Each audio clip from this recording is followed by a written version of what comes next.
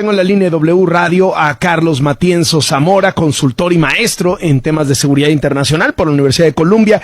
Tocayo, qué gusto saludarte, muy buenas tardes. Hola Carlos, muy buenas tardes.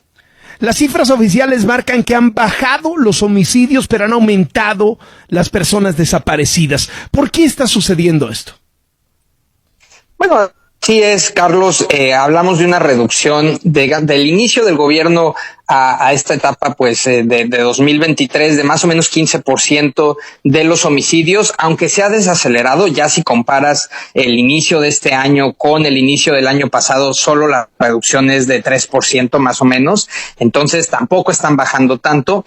Y las desapariciones, por otro lado, se han mantenido relativamente estables con ligeros aumentos. Entonces, cuando hay estas reducciones de homicidios tan pequeñas como las que hemos visto en este sexenio, pues la verdad es que no da para cantar victoria, porque hay otros datos que te muestran, por ejemplo, que pudiera ser que hay más desaparecidos, o por otro lado también vimos de funcionarios del INEGI poniendo en duda también la capacidad de los médicos forenses. Han aumentado, por ejemplo, sospechosamente las causas de muerte no identificadas, por ejemplo, ¿no? Muchas de esas muertes con signos de violencia. Entonces, para realmente hablar de una reducción como incontrovertible, más allá de esos márgenes de errores o de otras causas, pues tendríamos que hablar de dígitos mucho más grandes. Cuando la reducción es tan pequeña, hay diversas hipótesis que nos pueden mostrar que en realidad no están bajando o no están bajando tanto los homicidios.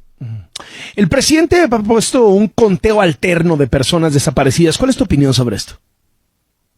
Mira, el tema del conteo de personas desaparecidas ha sido polémico por muchos años en México y es un tema problemático en el mundo. ¿Qué pasa?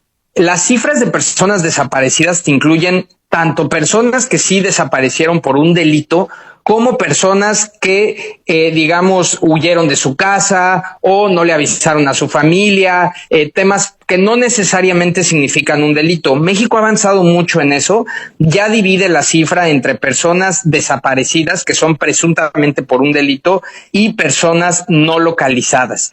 De todos modos, este problema pues siempre permanecerá porque es normal que eso suceda. Ahora, el dato importante es a cuántas personas encuentras. Por ejemplo, en Estados Unidos hay 600,000 reportes al año de personas desaparecidas. Esto es mucho más que en México, pero el 99% de esas personas son encontradas. En México, solo el 60% de las personas son encontradas. 40% de esos reportes no sabemos, y con lo que vemos en las noticias, con lo que nos dicen las madres buscadoras, pues sí podemos entender que muchas de esas personas desafortunadamente desaparecen por culpa del crimen organizado o hasta del propio Estado, ¿no? ¿Qué te parece esta disputa del presidente con las organizaciones de madres buscadoras a las que no quiere recibir, no quiere reunirse con ellas?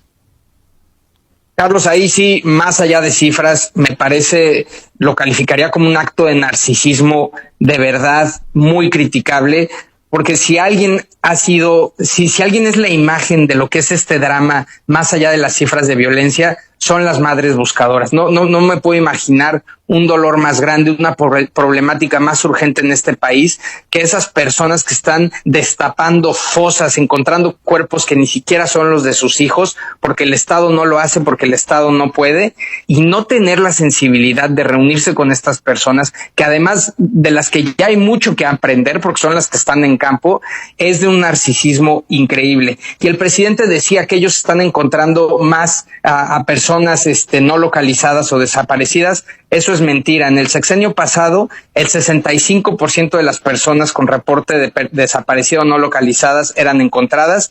En este gobierno bajó a 60%. ¿Y por qué? Porque no le han invertido a fiscalías, no le han invertido a capacidades forenses. Todo se ha ido a Guardia Nacional y no le han invertido a eso, que es lo más importante para acabar la impunidad, que es la capacidad de investigación y de resolución de casos, ¿no?